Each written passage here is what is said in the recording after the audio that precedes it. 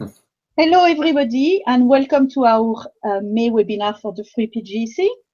Before we start, I'd like to say a few words about the Free PGEC. It's a non-profit organization, and the aim of it is to spread the word about the free principle, as uncovered by Sydney Banks, to the world. To do so, there is podcasts, blogs, and obviously those webinars. Tonight, I'm really delighted to have Joe Bailey, our guest speaker. So I'm going to say a few words about him. He did so many things. So Joe Bailey's life purpose is to help people find true happiness and peace of mind. In his career, Joe has worked as a marriage and family counselor, university teacher, trainer of therapists, author, and consultant to organizations. In his 20s, he became a trainer of counselor in family therapy and addictions, and introduced ideas of primary prevention of addiction to the treatment profession. Over the next 20 years, Joe helped pioneer the free principle psychology. He helps organizations appreciate the importance of the mental well-being of their employees and managers in order to create healthy and productive organizations. This approach was used as a model by Joe and other faculty members to create the Inner Life of Healers program at the University of Minnesota Medical School, where Joe was an adjunct faculty member. Joe is also currently working with the healthcare system in Arizona to develop a burnout prevention program based on the principle and resiliency. He has also worked with hospital system to affect culture change in East Lansing, Michigan, and North Memorial Hospital in Minneapolis. Joe's first book, The Serenity Principle, has had a significant impact on the treatment of thousands of clients and addiction professionals throughout the world. His best-selling book, Slowing Down to the Speed of Life, which he co-authored with Richard Carlson, and later The Speed Trap, were other expressions of his approach. Joe's third book, Slowing Down to the Speed of Love, was an accumulation of his life's realizations. His fifth book, Fear-Proof Your Life, was released in 2007 and was written in response to the wave of fear that has swept our culture in this new century. Joe is currently working on a book on transformation in recovery and one on preventing stress and burnout in the helping profession. Joe spread his message of hope and understanding through coaching, public speaking, seminars and retreats, consultation to organizations, and through his website and his webinar. So I'm really happy to welcome Joe tonight, and I'm going to pass it on to him now. Thank you. Thank you, Karen. I'm feeling stressed just listening to what I've done. Well, thank you so much for this opportunity to speak with all of you, and some of you who will be hearing this live, and some of you will be hearing a recording of it. But I just want to start by saying that the reason I chose this topic is because this is really how I got into the three principles, was because I was experiencing a tremendous amount of burnout, and this was after maybe 8 or 10 years in my career. And I, like most of you, got in our helping professions because, we wanted to help people. We just wanted to make a difference in the world. We wanted to serve humanity in some way or another. And in the process, me getting into the field of psychology, I also wanted to understand the mind. I want to understand how to be happy, how to have what everybody wants, peace of mind, love, understanding, and a connection to others and a sense of purpose.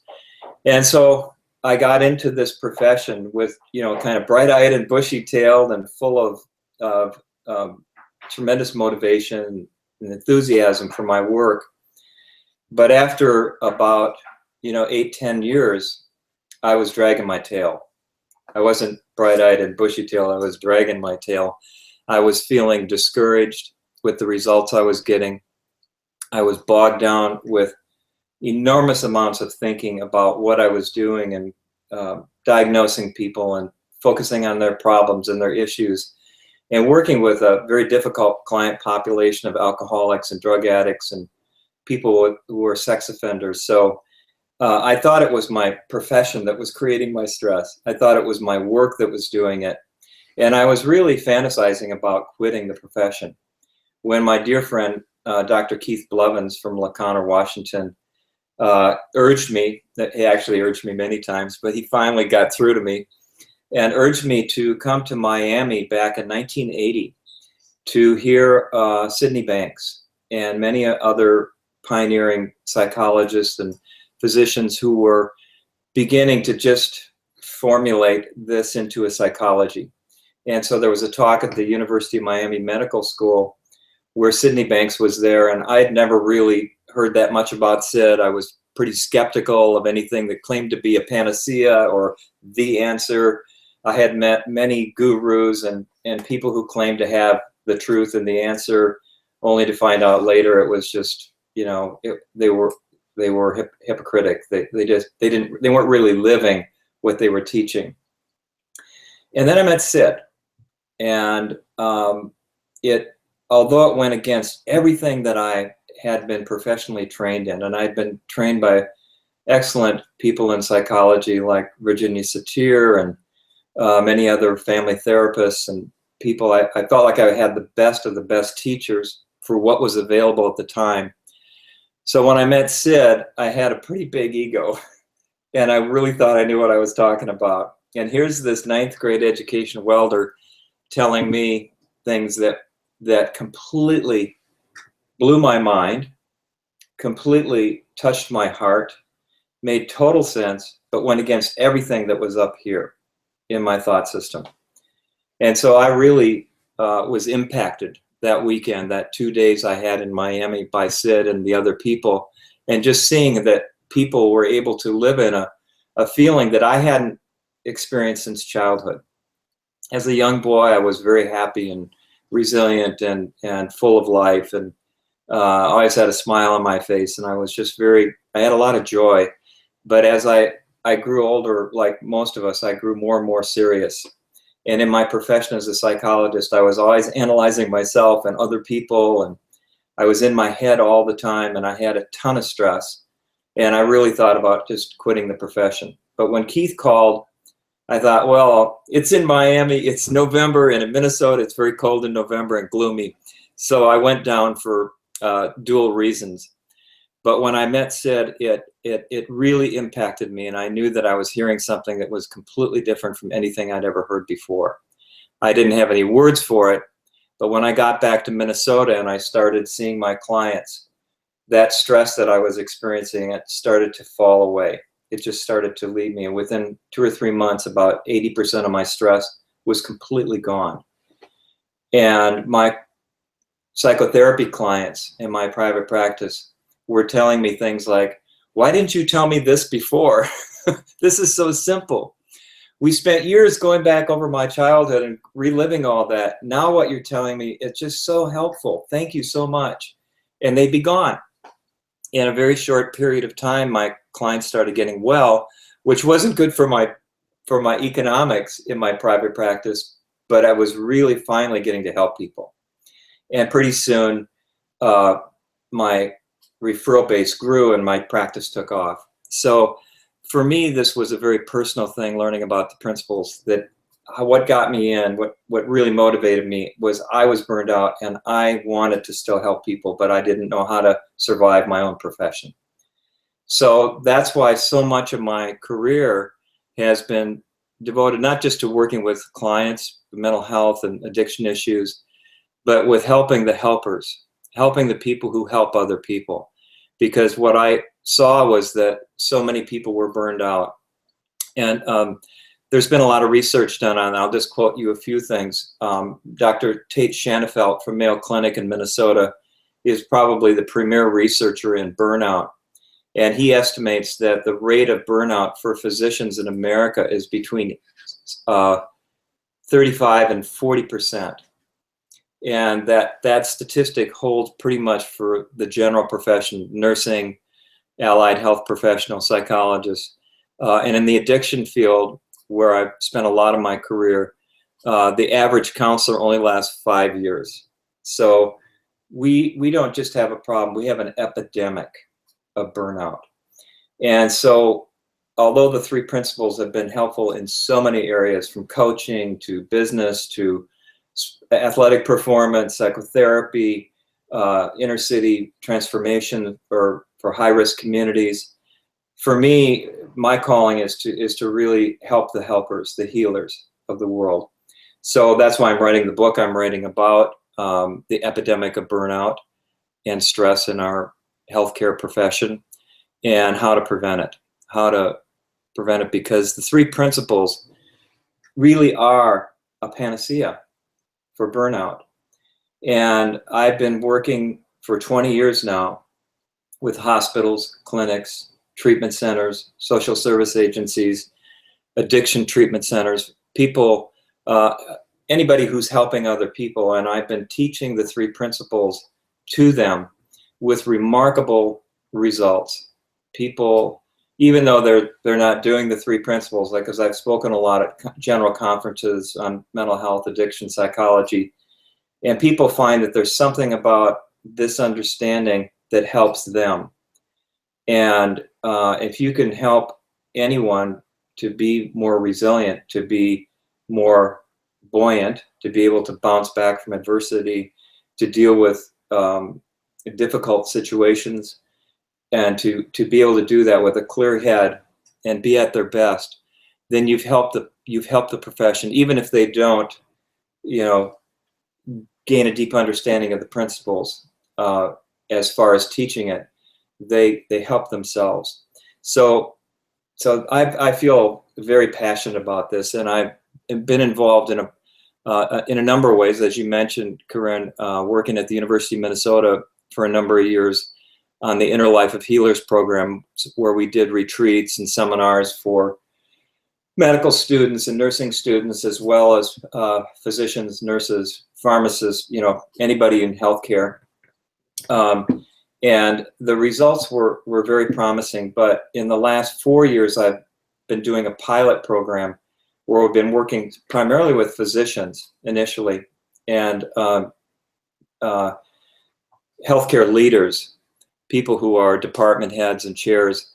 We began with that, and now we're expanding out, and we've been doing collecting research, controlled studies within that healthcare system, and the results are extremely hopeful and very promising. And the individual stories, I wish I could bring all of them with me today to share just what a difference that this has made in their lives.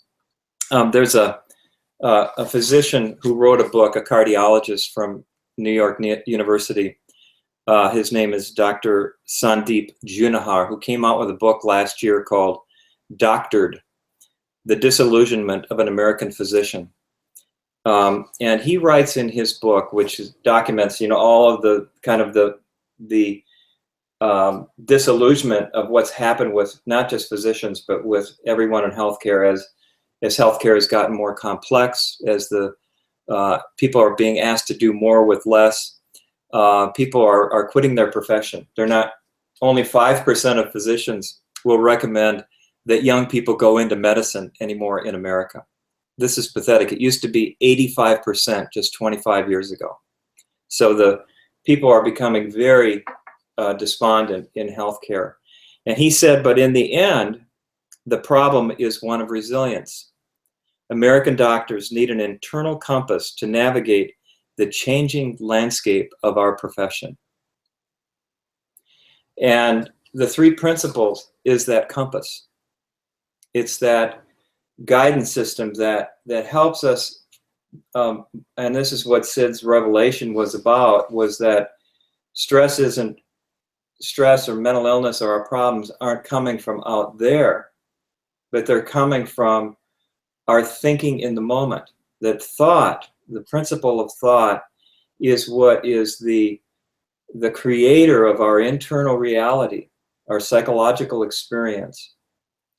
And that when we have that paradigm shift as an individual, when we start seeing that my stress isn't coming at me, but it's coming from me, from how I'm perceiving and thinking and feeling about what I'm going through, whether it's I'll just tell you a quick story.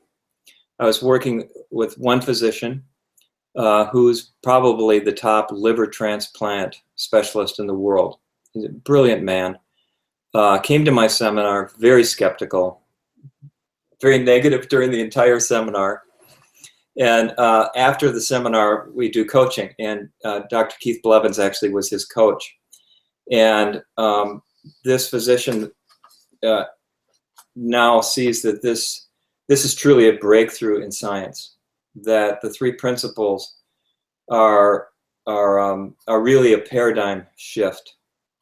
Seeing that experience is coming from the inside out, he said, was as powerful a discovery as discovering the germs and the necessity for sterilization during surgery, or any of the breakthroughs that have happened in medicine. He said, this is far more important, because without the health of physicians, without the health of nurses, and without the health of anyone who's helping other people, they're the blind leading the blind. You don't have that feeling that it takes to help healing happen.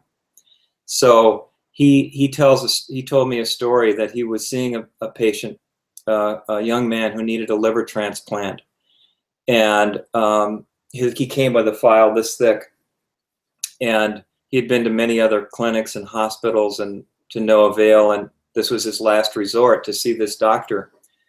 And the notes that he read beforehand warned him about the mother, because the mother was very controlling and invasive, and so he kind of had a mindset about the mom, and the mom came to the intake interview, and he started feeling annoyed with her, as the others predicted in the notes, and he began to start thinking, I need to get her out of here. I can't get my intake done. She keeps interrupting. She's really is obnoxious. And he said, and then I just had this, it wasn't like I realized, oh, I'm thinking in the moment. He said, it was just this, my mind shifted. And suddenly I saw her with different eyes. I could see, if I was that mom, I would be asking those same questions. I would be worried too if that was my son. And I just felt compassion for her. My heart went out to her.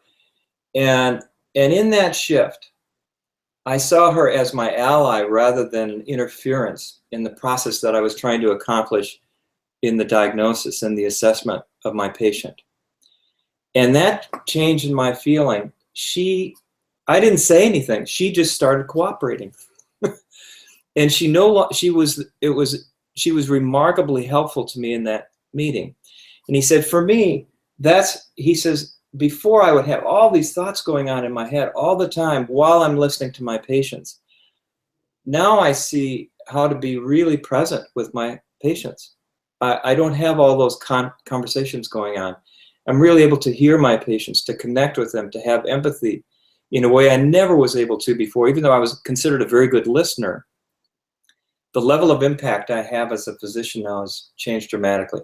So that's just one little illustration that the power of the principles, when people realize that whatever they're seeing, whatever they're feeling, whatever they're experiencing in life is coming from mind, thought, and consciousness. So the problem of burnout, the problem of stress in life, and this is really all stress, not just in healthcare, I'm just talking about healthcare today, it is really a misunderstanding of what stress actually is. It's a misunderstanding based on a paradigm that our experience is coming from out there, from the outside in, rather than the inside out. And when we see that, when we have that shift, when I had that shift, and I started seeing as I was stressing out driving to work one day shortly after I heard Sid, and I was worried about the day and the clients, and oh, I'm late, and my muscles were tight, my heart was racing, my stomach was upset. And then I had this aha moment when I realized it's just my thinking. I'm not even at work. I'm in the car. And when I had that insight, it seems so small and insignificant, but it calmed my blood pressure, my physiology completely changed, my perception of what I was seeing in the traffic changed. I noticed the beautiful day, the trees. I wasn't irritated with the other drivers, and and I just took one thing at a time all day long. So what happened for me was that it increased my joy of my work, my efficiency, the impact of my work on others, and my ability to work with other people. My relationships changed.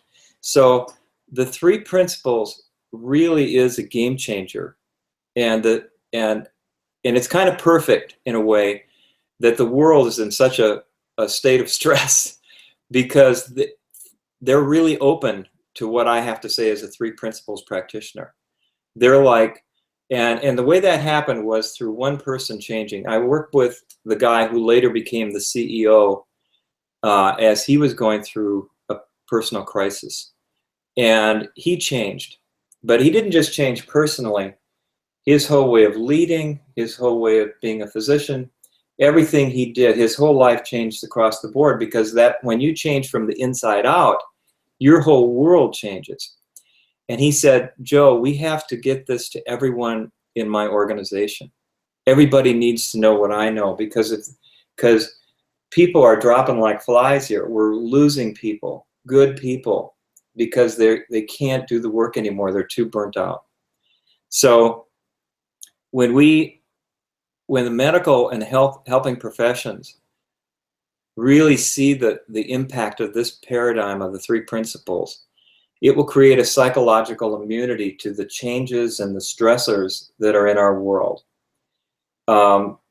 It will, it's going to clear up the misunderstanding. One physician I work with said, has Sydney Banks been given the Nobel Peace Prize? And I said, no. He says, well, why not? This is the biggest discovery in history. This is bigger than Newton's gravity. This is so big. Why didn't he get the Nobel Prize? I said, well, you know, paradigm shifts aren't easy. Just ask Galileo, who got arrested and almost, you know, executed because he said the Earth was round, not flat. So, but things are really going out quickly now, as many of you can see that this Sid's dream is really coming true. This really is impacting the whole world. So, and I just want to say a few things about resilience, and then I'm going to take a few questions here. But the key points about it is that resilience, which is the antidote to stress and burnout, a resilient mind is a mind that's clear, that's insightful, that's in the moment, that's present, that's able to rebound when we lose our bearings more quickly, bounce back. It's a bounce back factor. So this is natural. We've always thought of, and all the literature and resiliency talks about that resiliency has been an anomaly. Some people are resilient, some aren't. Most people aren't. But in this paradigm, in the three principles paradigm, we see that everyone has this innate mental health. Everyone has this. We're already resilient. We don't need to get any resilience, but we just need to understand the very nature of experience so that resilience can be revealed. So it's natural. It's hidden in plain sight, I like to say. It's like, if you ever want to hide anything, put a big pile of it right in front of everybody. They'll never look there. They'll never look inside, but that's where it is. So the other thing that's really different, and how this has been successful in working with healthcare and addictions, is that it doesn't add more to a person's day, another technique to do, to meditate, to journal, to do all of these different things that you think you need to do to be resilient. It's not a doing. Resilience is simply removing the illusionary thought that blocks the sunlight of resilience that's always shining. It's like the clouds of thought are what keep us from seeing through to help us deal with reality, with what's really going on in the moment, with that patient, with that surgery you're doing, with that counseling client that you're seeing or coaching client. So the third thing is that that the principles, when we see the principles insightfully, it's evolutionary, and it's self-correcting, is built into it. So we just keep evolving. It kind of paints our ego into a corner where we just can't get away with blaming the outside for how we're feeling. We see it's my thinking. It keeps coming back to that primary insight that like when Sid had his insight, the psychologist said, well, Sid, you're not really insecure, you just think you are. And that was just like, boom, that's what triggered the explosion of his epiphany, was that everything is just thought. So when you see that in the moment, whatever and we all fall off, we all forget moment to moment, but every time you see it, it evolves you a little bit more in consciousness. You see it more clearly. And it's self-correcting. So every time you make a mistake, which is a take two, take three, take four, you get another opportunity to see that, oh, okay, that I can see what my thinking was involved in that. So there's another physician told a story. He's head of surgery for this organization I work with, and he had this one surgeon that would call him every week, and always had, anytime the phone would ring, you see his number, you go, oh God, and he'd dread talking to this guy because he just had some little menial detail he needed help on, and he just hated to see this guy because if you'd see him in the hall, he'd avoid him because he was just always had a million questions. And he said, after the seminar, he said, the guy called me and he said, I had a completely different response. He said, I realized that this guy wouldn't be calling me if he didn't really need something. He's stressing out about something and it looks big to him. I need to help him. He said, that was completely different for me. Before, I would have just had the dreadful feeling and tried to get him off the phone as quickly as possible. Paradoxically, the guy quit calling him hardly at all. And he said, I suspect he could feel that I really cared and that it wasn't a bother for him. And he was just looking for that kind of validation. And he said, I don't know if that's true or not. He says, but I know I'm so much more at peace because I know it was my thinking that was creating the dread. So dread, bother, irritation, these are all of those feelings. You can put them in a big ball and call that stress. That's what stress is. It's just all kinds of negative feelings. So the fourth point is that we can't really control when we're going to be resilient any more than we can control when we're going to have an insight.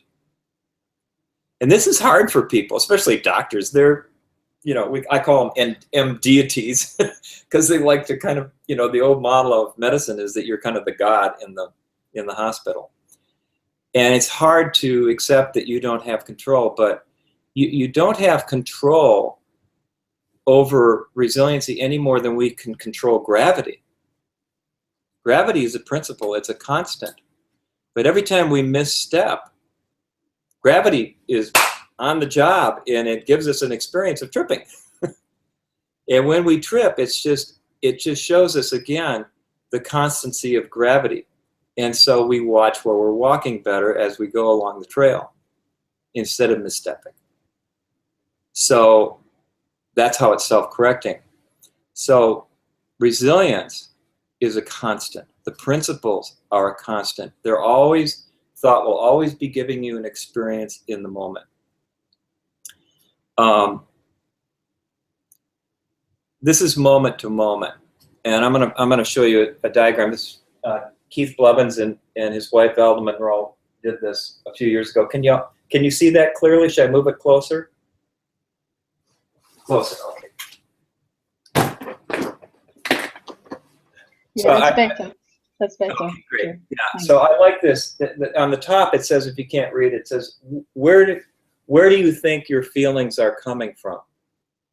And when we're outside in, when it looks like something other than my thinking is creating my stress, we'll be blaming others, we'll feel victimized, we'll feel powerless, we'll feel irritated, we want to change people's thinking, we lose our compassion, we get judgmental, we spiral down into potentially burnout. But when we have that aha moment, when we have that insight, again, that our feelings are coming from our thinking, we start to decompress. We start to relax. We start to calm down, and we start to get our perspective back. And oh, maybe I do have something to do with this. You know, we kind of, it makes us humble to see it every time we see it. It humbles us, but it also lowers the temperature of our feelings. We start to calm down. We get our bearings back. So we all go in and out of this paradigm.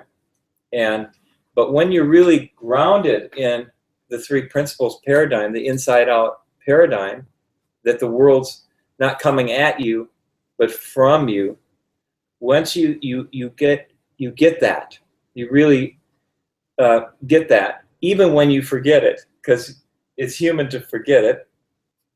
It's because thought is so tricky. It's so invisible. It just instantly turns into a perception and a feeling and an experience. And but you might catch it just about when you're ready to retaliate or call the person a jerk or hang up the phone.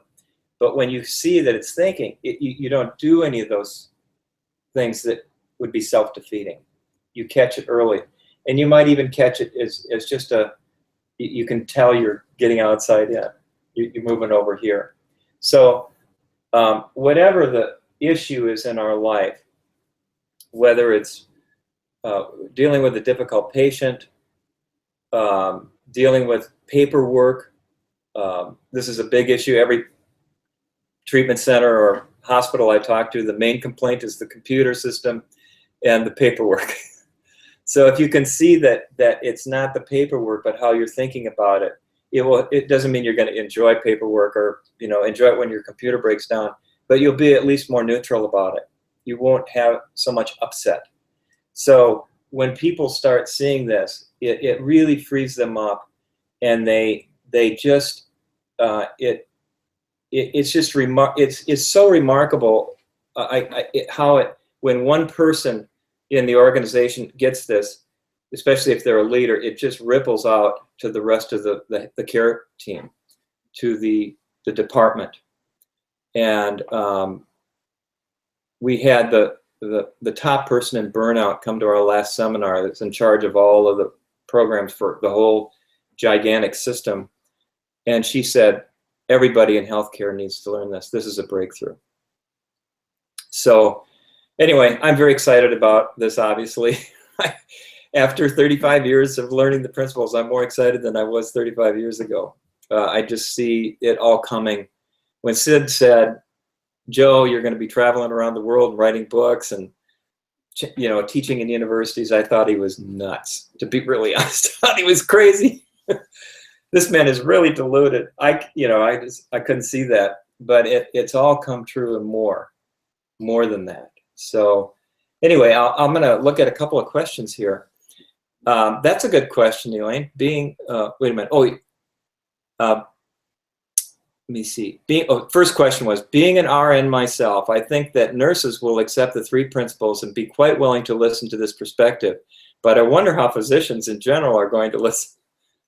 Well, I've worked with both, and physicians tend to be a bit more cerebral. They're not as emotionally connected to their patients as a generalization.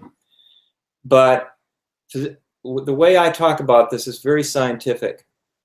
A lot of these people are not New Age seeking people. They're not religious. They're not spiritual. They're scientists. Many of these people are pure scientists. And I talk very scientifically about the principles. But it doesn't lessen the impact whatsoever.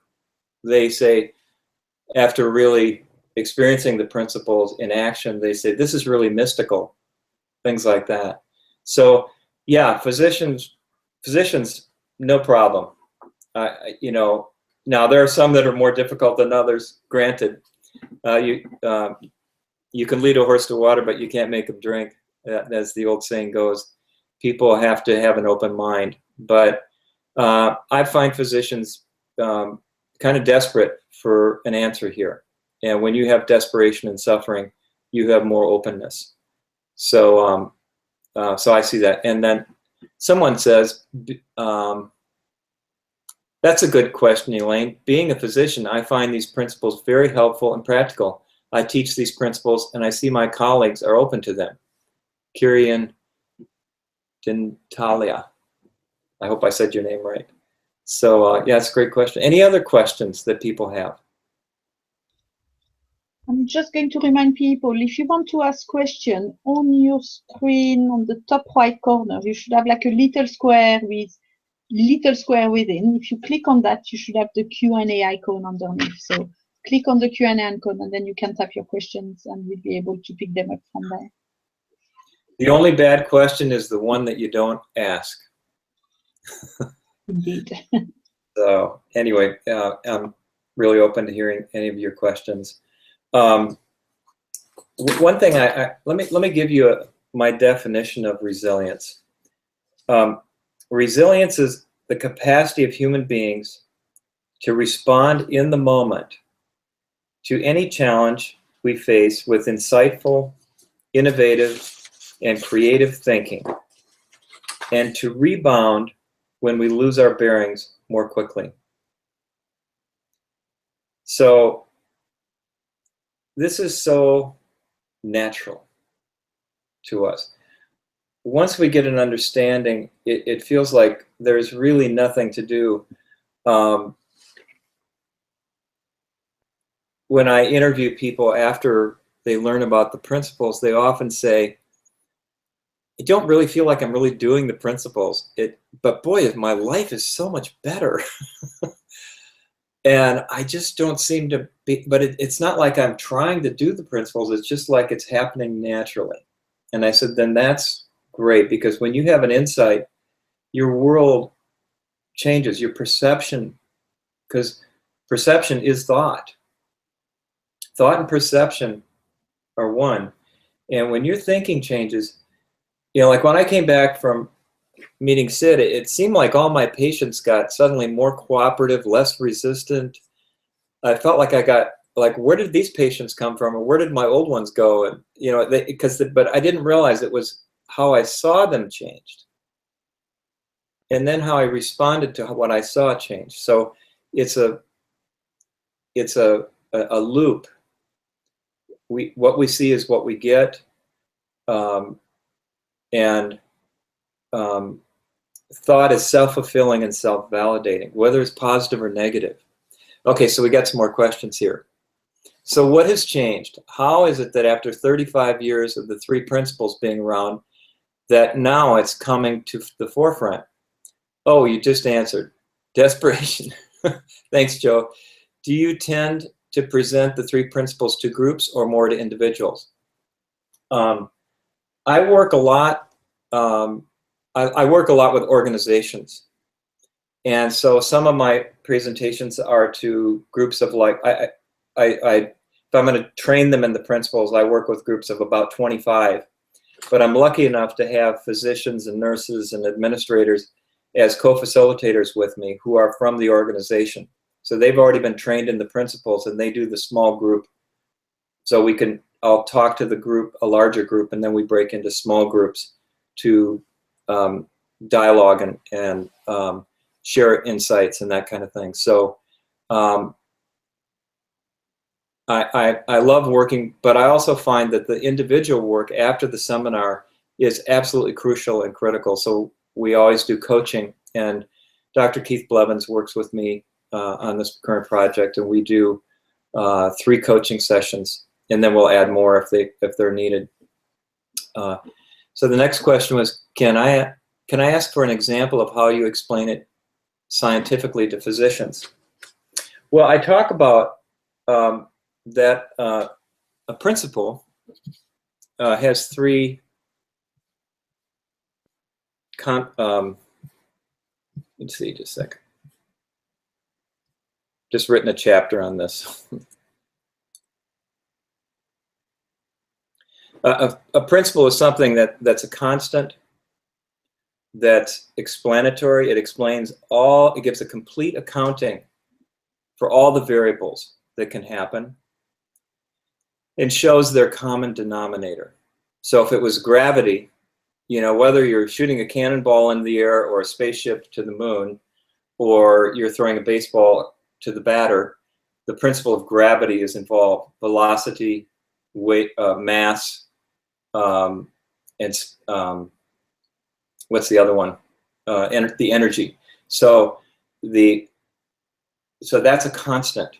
It's a common denominator, regardless of whether we're talking about air travel or being in a train or designing a car or building a building. The constants of that physics are always there, and they explain all the variables. And the third thing is that they're predictive. The principle is always predictive. So I talk about this in how they determine what something is a principle. And I talk about how the three principles, and I use, our definitions of the three principles, but I use a lot of examples. I have a lot of videos with physicians and other healthcare professionals talking about how understanding this paradigm of resilience changed the way they do surgery, the way they relate to their patients, the way they work as a team with their healthcare team, the way they, and I'll talk a lot about the history of paradigm shifts and why it's difficult for a truly new paradigm to be accepted. Like when the Broad Street pump incident in England with the cholera epidemic that was happening. I think it was Dr. Snow, wasn't Snowden. Snowden's the guy that busted the CIA. Anyway, there was a physician who made the connection between the water coming out of the Broad Street pump and the cholera epidemic. And the paradigm before that was that the disease of cholera was coming from the air. And so people wore carnations and they put masks on, and they were doing the wrong thing to prevent it. And the epidemic kept growing.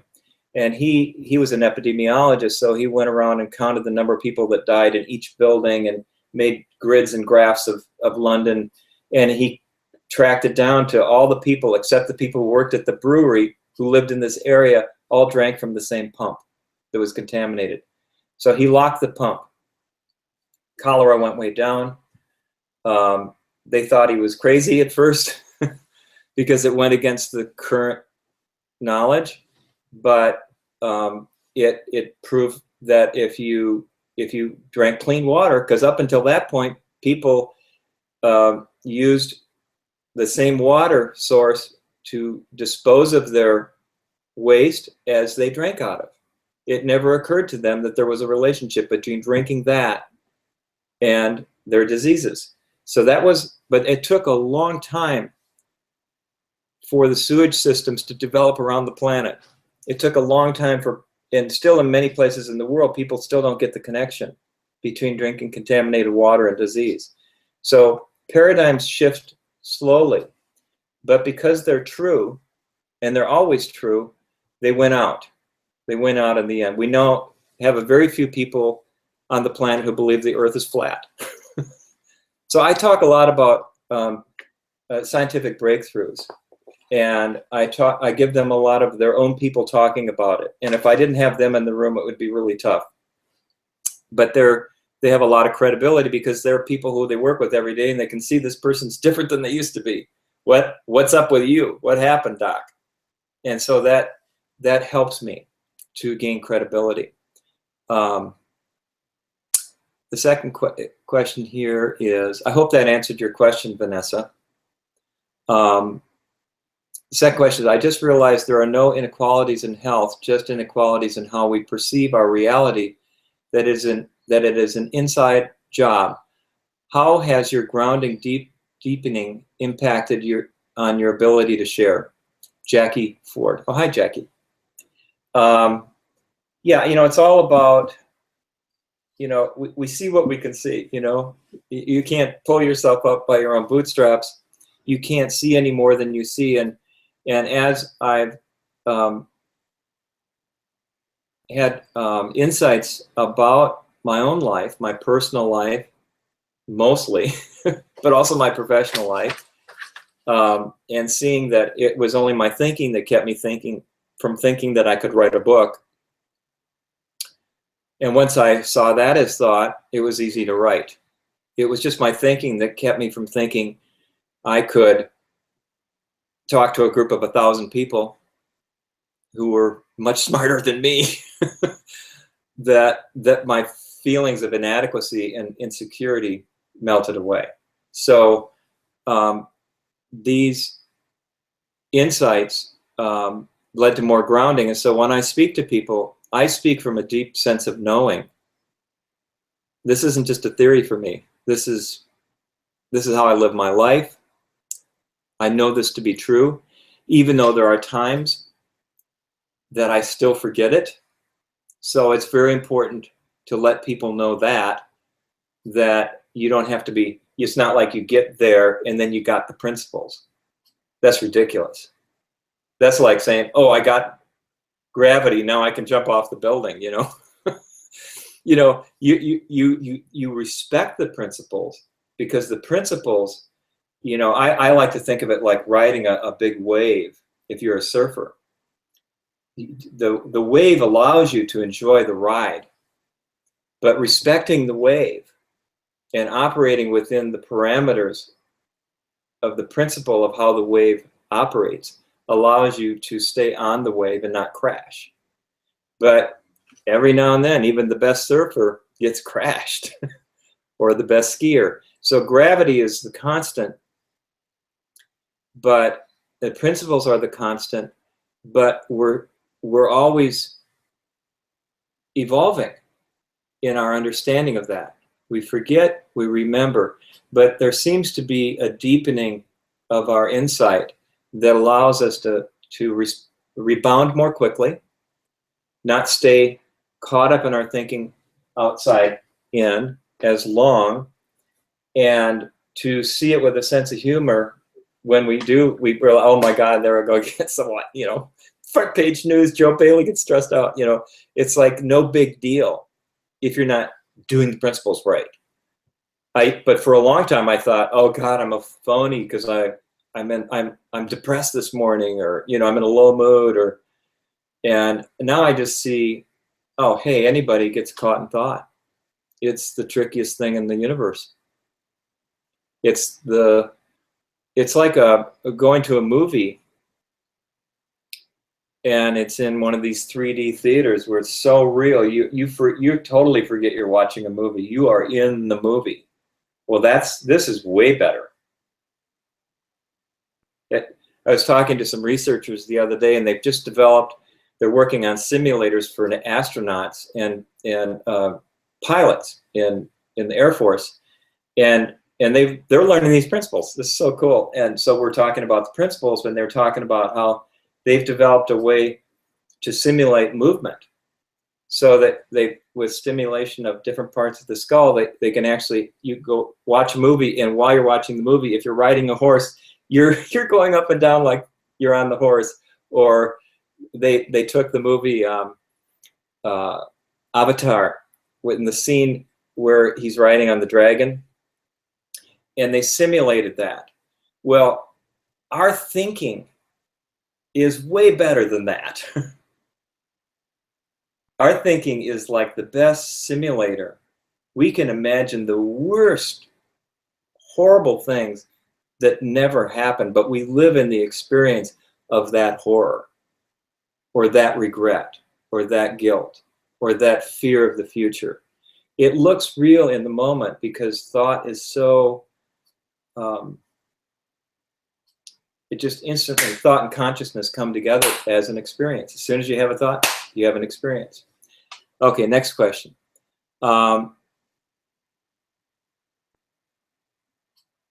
You use the word insight in a way I haven't heard before. Could you talk more about insight as a way that one returns to the principles and gains a deeper understanding?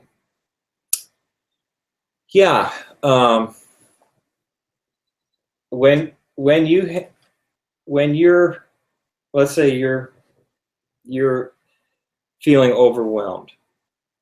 Oh God, I got so much to do today. Oh man, right after this talk, I've got to pick up my grandson and we're going to the cabin, and geez, I forgot to pack my fishing rod and blah, blah, blah. I forgot this, I forgot that.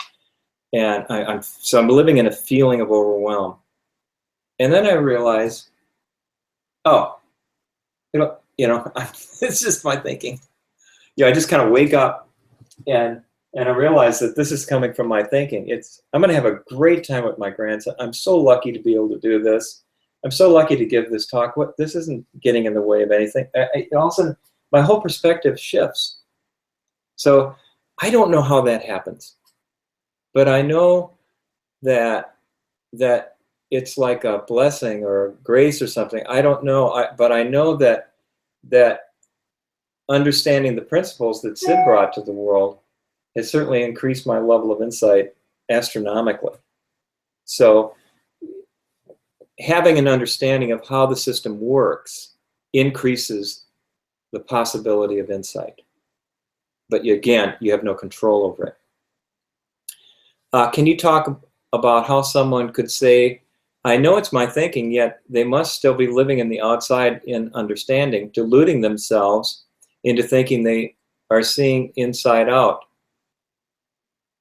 Meaning someone says, I know it's my thinking, but yeah, when you say, I know it's my thinking, but you're really in here. This is the mixed paradigm that most of us live in that this is true, but it's not totally true. It's not true in this situation. And then it's always this situation. So we all have our holdouts or our exceptions. And wherever we have a holdout or an exception to the constant that you're always feeling or thinking in the moment, life will give you an experience so that you can go through that and realize this too is thought. So when I work with heroin addicts and I work a lot with addicts, when they get out of treatment, which is 3 principles based, they're learning about the principles for 2 months, and they're listening to Sid videos, and they're being immersed in this understanding for 2 months. They've withdrawn from heroin. Their bodies are healthy now. They're eating well. They're sleeping. They're exercising. They're regained their health, and then they go out in the world, back to their junkie buddies, and they have relapses. And I don't necessarily mean relapsing on the drug. They'll relapse into thinking, gee, maybe I could just smoke a little pot, or maybe I could just have a few drinks. That was never my problem. And so they start looking outside, and they might at some point catch themselves and realize, oh, I'm looking outside for that feeling rather than inside. And so whenever we relapse into old thinking, habitual thinking, insecure thinking, it's always an opportunity for deeper insight, for deeper recovery of that health, that resilience. I hope that answered. I'm a pharmacist and new to the coaching world. A pharmacist, great. I'm interested in how to approach this from a scientific versus a new age approach, because I'm sensing my professional career and proposed career will align. Do you work with coaches to help them coach in health?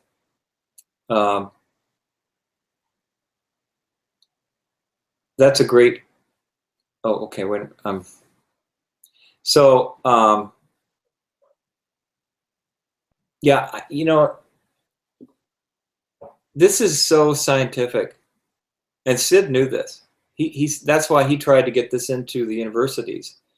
That's why he spoke to physicists. That's why he spoke to psychologists and physicians. He said, this has got to go out through the sciences, because it is a science. Science is about finding the truth.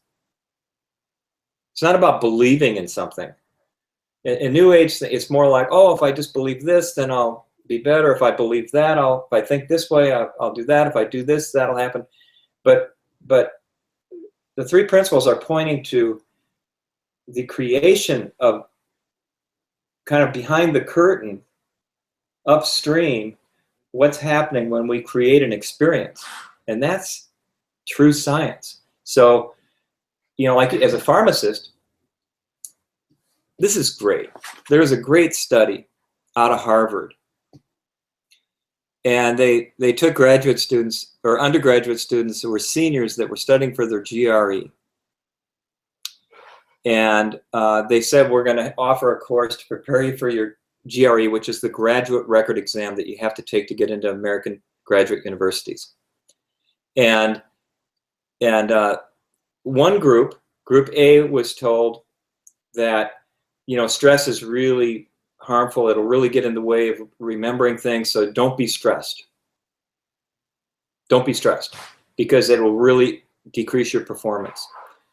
Group 2 was told stress isn't a bad thing. It's actually a good thing. If you're stressed, that just means your adrenaline is flowing and you'll remember better and you'll do better on the test. So don't be afraid of your stress. So it's cool. The third group wasn't told anything. Guess which group performed the best? Group B, yes. Because they were like, they got stressed and they go, oh, this isn't a bad thing. And their stress went down. Their memory went up. Their GRE scores went way up. The group that was told don't get stressed had more stress. And it really got in the way of their memory and their performance. And then their scores went down. The other group was somewhere in between. They also measured them physiologically. And the people who were told that stress was an okay thing, in other words, they thought about it differently, their vessels, their vascular walls going to the heart, instead of getting thicker as they do with stress, got thinner like joy or courage. So there's a physiological correlation. When you, there was a great study at UCLA where they told cocaine addicts that shot up that they were being given cocaine, where they were really being given saline solution. And they got just as high, if not higher, than the people that got the real drug. So they realized that the brain is the best pharmacy in the world to create whatever feeling you expect to feel, because it was thought created. So thought has something to it. So this is, you can see this with psychotropic medications, that when people find, oh, this drug's really going to help you, it'll work for a while and then it fades out, because thinking has something to do with it. So physicians and medicine in general are starting to see that this body-mind connection is the most important cutting edge in medicine. The attitude of the patient, the thoughts of the patient, the state of mind of the patient has everything to